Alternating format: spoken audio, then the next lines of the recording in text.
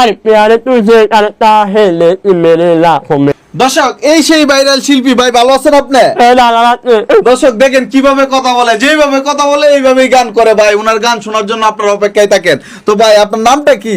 আমার নাম hyper Robin. Hyper Robin. দর্শক নাম শুনে মানে আমাদের শরীরে একটা এনার্জি চলে আসছে। দেখেন এই শিল্পী ভাইরাল হওয়ার পিছনের কারিগরকে, ওনার জীবন কাহিনী আমরা তুলে ধরবো। তো ভাই আপনার নাম হইলো হাইপার রবিন নাকি? হাইপার রবিন। এত সুন্দর সুন্দর গান গায়ে মানুষের বিনোদন দেন না? খুব সুন্দর হতো ভাই আপনার গানগুলি। মানে আপনি অঙ্গভঙ্গিটা কিভাবে করেন একটা গান সংক্ষিপ্ত আকারে বলেন তো।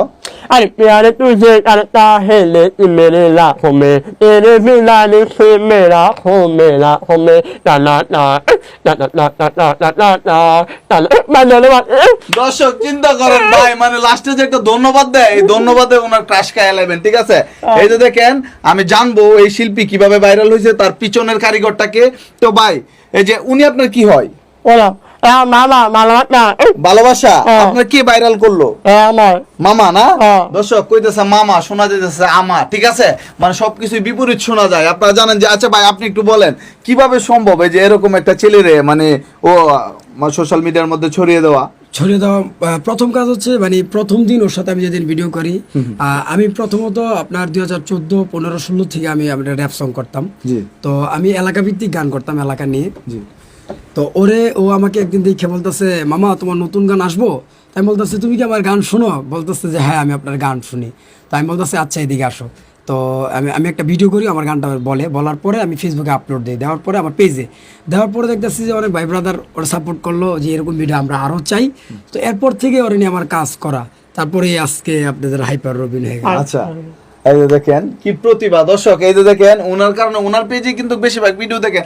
আচ্ছা এখন আমরা বর্তমানে দেখতেছি যে আপনাদের পেজ থেকে বেশি ভাইরাল বিভিন্ন মানুষে মানে ডুয়েট করে বিভিন্ন ভাবে ওরে ভাইরাল করে দিতেছে। না ওইটা করুক, সমস্যা নাই। এটা আপনার কতটুকু ভালো লাগতেছে? আমার কাছে ভালো লাগে আলহামদুলিল্লাহ যে আমাদের ভিডিও আপলোড করতেছে, আমাদের ভিডিও ওনাদের কাছে ভালো লাগতেছে, আমাদের কারণে ওনাদের পেজের এঙ্গেজ অথবা ভালো পর্যায়ে যাইতেছে। তবে একটা জিনিসই খারাপ লাগে ভাই, ওই খারাপ জিনিসটা হচ্ছে যে ওরে নিয়ে অনেকে গালাগালি করে, যে গালি দেয় ভিডিওর মধ্যে। তো আমার কথা হচ্ছে ভাই আপনি ফেসবুকে ভিডিও আপলোড করেন, রবিনও ভিডিও ফেসবুকে আপলোড করে। আমার কথা হচ্ছে আপনি ভিডিও ছাড়তেছেন ওটা কিন্তু আপনার রাইট নাই। তবে আমরা কিন্তু রাইট দিয়ে দিচ্ছি যে আপনি ভিডিও আপলোড করতে পারেন, কোনো সমস্যা নাই, আপলোড করে যদি ইনকাম করে তবে সমস্যা নাই। তবে আপনি যে গালি দিয়ে ওরে বললেন, ওর ব্যাকগ্রাউন্ডটা তো আগে জানতে হবে যে আসলে পোলাটা কি কেমন, পোলাটা কি আসলে কি আমাদের মতো, আমাদের 10 জনের মতো নাকি একটু আলাদা। আপনি ওর সাথে কথা বললে কি বুঝতে পারছেন ভাই? আমি বুঝছি অনেক ভালো একটা মানুষ। ভালো মানুষ ও, কিন্তু আমাদের মতো না, আর 10টা মানুষের মতো না, সাধারণ একটা ছেলে। দেখা যাচ্ছে অনেকে গালাগালি করে, উল্টাপাল্টা কথা বলে, এগুলো হচ্ছে ওর ফ্যামিলি কিন্তু ভালো পর্যায়ে ভাই।